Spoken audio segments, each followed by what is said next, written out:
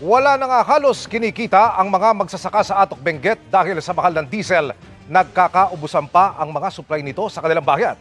Kaya ang ilan pananim doon nanganganib na mabulok na lang dahil may ilang huminto na sa pag-aani. Wala pa rin sa Benguet. Nakatutok live si Ian Cruz. Ian. Emil, sa pagtungo nga natin sa mga farm sa Atok Benguet ay tumampad sa atin ang napakaraming mga pananim na gulay na nanganganib nga na mabulok matapos ngang tumigil sa pag-ani ang mga magsasaka doon dahil sa oversupply ng gulay. Isa pa, Emil, sa iniinda talaga ng mga magsasaka doon, wala nang mabiling diesel sa kanilang bayan na ginagamit pa naman nila sa pagdidilig at iba pang aspeto ng farming.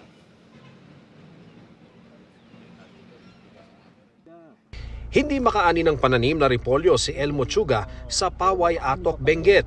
Nanganganib na itong mabulok na lang at maging pataba. Naghihintay kasi sila sa magandang presyo lalo't nung huling linggo ng Marso, wala silang kinita sa inihatid na ani sa bagsakan sa La Trinidad. Naipasa lang nila ito sa 4 to 8 pesos per kilo. Pero sa 15 pesos per kilo lang tatabla ang gastos nila sa pagtatanim, pag-ani at biyahe. Ganito po yung itsura nung nabubulok na repolyo sa isang farm dito sa Atok, Benguet. At nakakalungkot na maaring ganito na rin yung sapitin nung napakaraming mga repolyo dito sa ating paligid.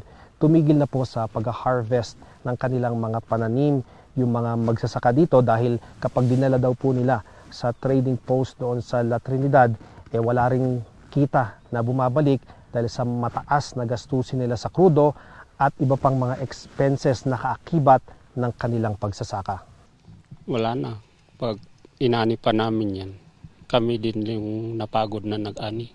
Wala namang kahit kunti man lang na papunta sa amin. Tila pagpapagod lang daw ang pag-ani at paghatid sa trading post kung wala ring kikitain ngayong triple na ang presyo ng krudo. Pakiramdam nila, mas mataas pa ang benta nila ng gulay noong pandemya at maraming namamakyaw noon na pang-ayuda na gulay sa iba't ibang lugar. Masakit man sa pakiramdam na wala man lang makuhang kahit konti para gagamitin ng mga pamilya. Ganun na. Magtanim ulit kung talagang wala. Sa Alcema Highway sa Atok, nakilala ko si Lincoln Elias.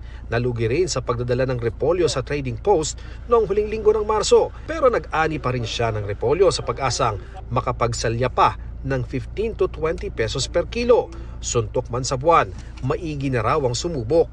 Para hindi masira sa halamanan, ibinta mo lang para may pagbili ka ng bigas lang. Ang 4th generation farmer na si PJ Heights, hindi mapaani ang nasa 5,000 kilo ng pechay dahil sa ibabayad pa lang sa mag-harvest, tracking, diesel at magpoproseso ng gulay sa trading post, lugi na raw siya agad. 6-4, ay parang namigay ka na lang. Wala, sir. Ano mangyayari dyan? Mabubulok na rin yan dyan. Nabubulok na talaga. Kasi hindi mo naman makonsume yan. Ang dami. Pero isa sa malaking problema ng maraming magsasaka rito at ibang bayan ng Benguet, wala nang nabibiling diesel. Sold out na mula March 21 pa ang diesel at gasolina sa 2 gas station sa bayan nila. Sa umiinit na panahon, kailangan pa naman ng regular na pagdidilig na ginagamitan ng makinang de-diesel. Lalo silang naiipit sa lumolobong gasto sa diesel na kailangan pang bilhin sa La Trinidad o Baguio City kung saan limitado ang pwede nilang kunin. Mahirap daw kumuha. Tapos yung nakausap ko kanina na may-ari, pupunta ka doon, ibibigay na presyo daw sa kanila. Yung presyo na nung may patong na nung next week. Kaya nag-surrender. Kinukuha pa natin ang panig ng Department of Energy ukol sa kawalan ng krudo sa Atok. Sinisikap na rin nating makuha ang panig ng Department of Agriculture pero una nang sinabi ng DA, kailangan ng cold storage facility para sa oversupply at hindi mabenta ang gulay.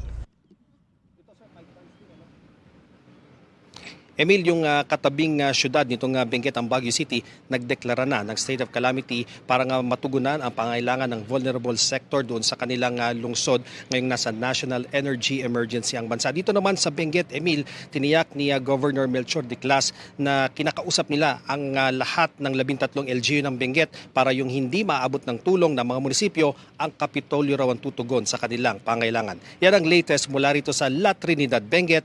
Balik sa iyo, Emil. Maraming salamat, Ian Cruz.